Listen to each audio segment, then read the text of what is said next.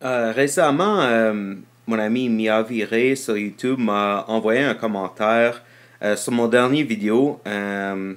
Alors, c'est écrit au bas de l'écran maintenant. Ça dit Jazz ga daisuki desu, J-pop ga kirai desu. Et ça continue, mais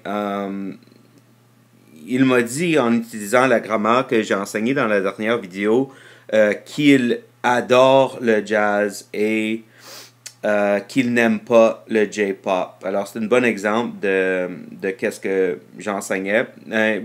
Maintenant, regardez à ma réponse. J'ai écrit Watashi mo J-pop ga kirai da yo. Alors, il y a trois choses que je veux vous montrer dans ma réponse. La première chose, c'est la particule après watashi.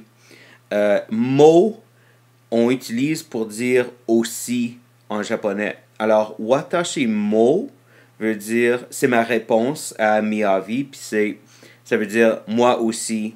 Et je continue, J-pop ga kirai da yo. Ça veut dire moi aussi, je n'aime pas le J-pop.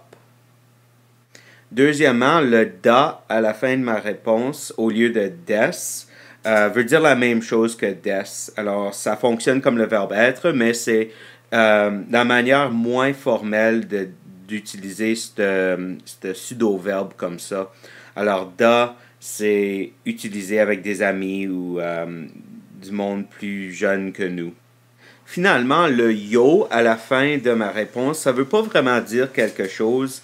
C'est juste utilisé en japonais pour indiquer la certitude ou la confiance dans qu'est-ce que nous avons dit. Alors, quand j'ai dit Watashi mo J-pop ga kirai da yo, je disais à mon ami que certainement, moi aussi, je n'aime pas le J-pop.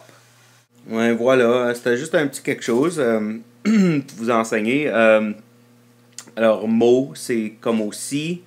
On l'utilise après le sujet, après le thème de la phrase. Da, c'est une manière informelle de dire des. Et yo, ça indique la confiance ou la certitude. Alors, à la prochaine.